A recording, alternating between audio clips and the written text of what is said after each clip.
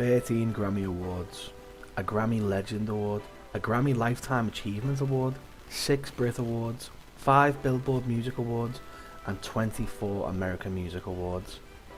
You'd think I'd be talking about how many have been handed out a long time, but no, I'm not. I'm talking about the awards handed to just one single man, the king of pop himself, Michael Jackson. Now on January 24th, 1972, Got To Be There was released as Michael Jackson's debut solo album. The album included such singles as Sweet and Innocent, Puppy Love, and of course, the name of the actual album itself, Got To Be There.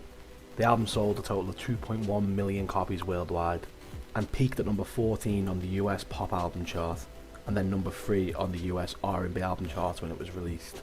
This was just a minor taste of success for Jackson, compared to the heights he would reach in later life.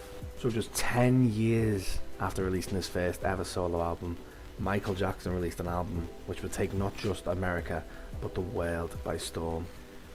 To this day, this album remains the highest selling album of all time, selling 70 million copies worldwide.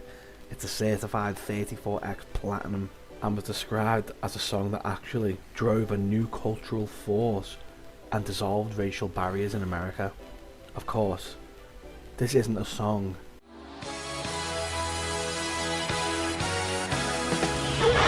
That's right, Michael Jackson released Thriller, an album that I'm sure you know, I know, I think everybody knows.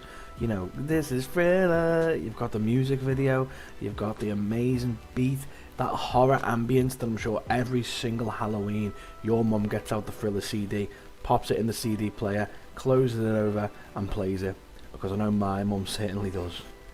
Michael would then go on to release Bad, Dangerous, History Past, Present and Future, and Invincible, which all would take number 1 spot on the charts. So where did it all go wrong for Michael? With all this success and all this fame and fortune, what went wrong for the so-called king of pop? Well, it was actually the start, not the end. It started the decline of Michael Jackson.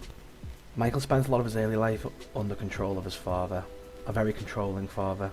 Once he came out from that control in the early 80s, started to make his own money, do his own thing, he wasn't under those barriers anymore, he wasn't trapped by his dad, so he sort of tried to reclaim the childhood that he'd lost along the way. Being a massive celebrity at such a young age is never easy, and I think there's a lot of examples of people who went off the rails, young celebrities. Michael Jackson, unfortunately, was no exception to this. Michael began to cut out people who told him no, or didn't agree with his actions. He found himself going to plastic surgeons and doctors and anyone who would give him anything, just to be told yes by people, just to have things done his way, or the way he assumed he wanted. And the so-called king of pop began to slide off of his throne. People started calling him weird and strange, but a lot of experts believe that Michael Jackson suffered from several mental disorders that include depression, anxiety, body dysmorphia, drug dependence, and chronic insomnia, both naturally and chemically induced from the amount of drugs that he was taking. Michael Jackson was struggling with a lot of things in life in his mind, and I think this was clear to see. But the public eye didn't want to see it like that. They saw a great opportunity to pull Michael Jackson from his throne and dethrone the king of pop. And unfortunately, and rather tragically, on June 25th of 2009, Michael Jackson died of cardiac arrest in Los Angeles, California, at age 50. Michael Jackson's death was caused by a lethal combination of sedatives and propofol, and was ruled as a homicide. But the theory is, and a lot of people speculate this, is that Michael Jackson isn't actually dead.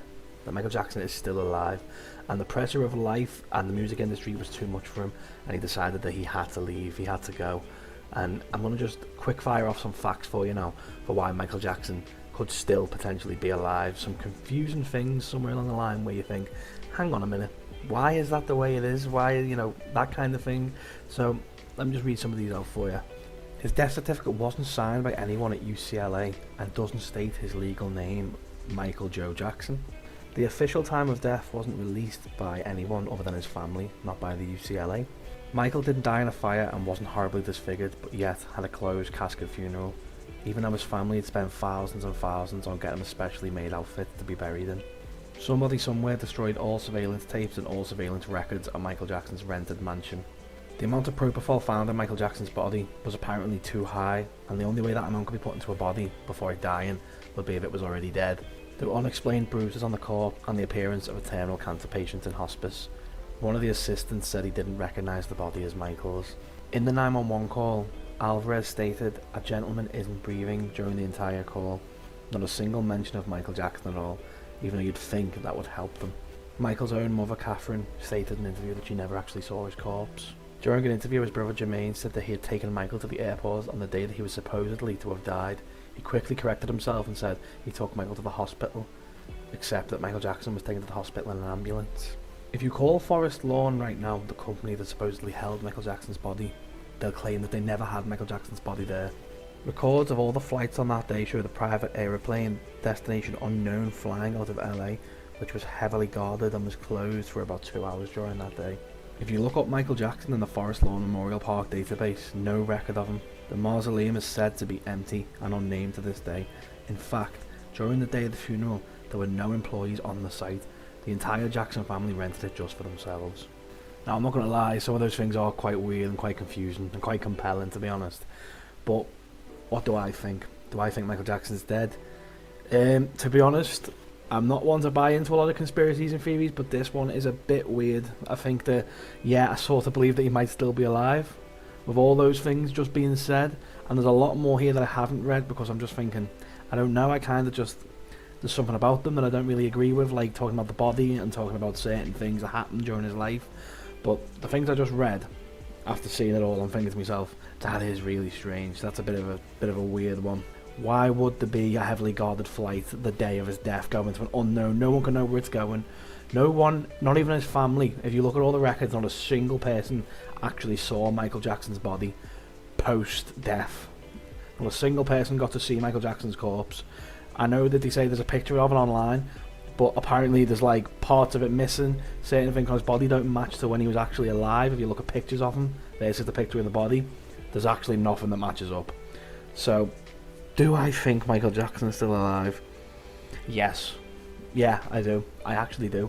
Because it's just, there's too much coincidence. Do you know what I'm saying? There's too much weird. It's crazy to think that someone's death can spiral people out of control and start saying, no, he's not dead. He's still alive. He's still alive. And I guess sometimes that's just pointing and prodding, because it's how people deal with things. It's grief. It's how you deal with losing someone you care about, or someone that you idolise in Michael Jackson's case. But I think there is a lot. There's a bit of foul play here, and I think that maybe somewhere along the line Michael Jackson might still be alive. I just hope he's not going to haunt me if he is dead. Michael, I love your music. I think you were a great guy. It's an absolute tragedy what you went through. But with that being said, I think I'm going to end the video right here, guys. So, I've been Gilloboijr Jr. Thanks for watching, and stay blessed. Bye bye.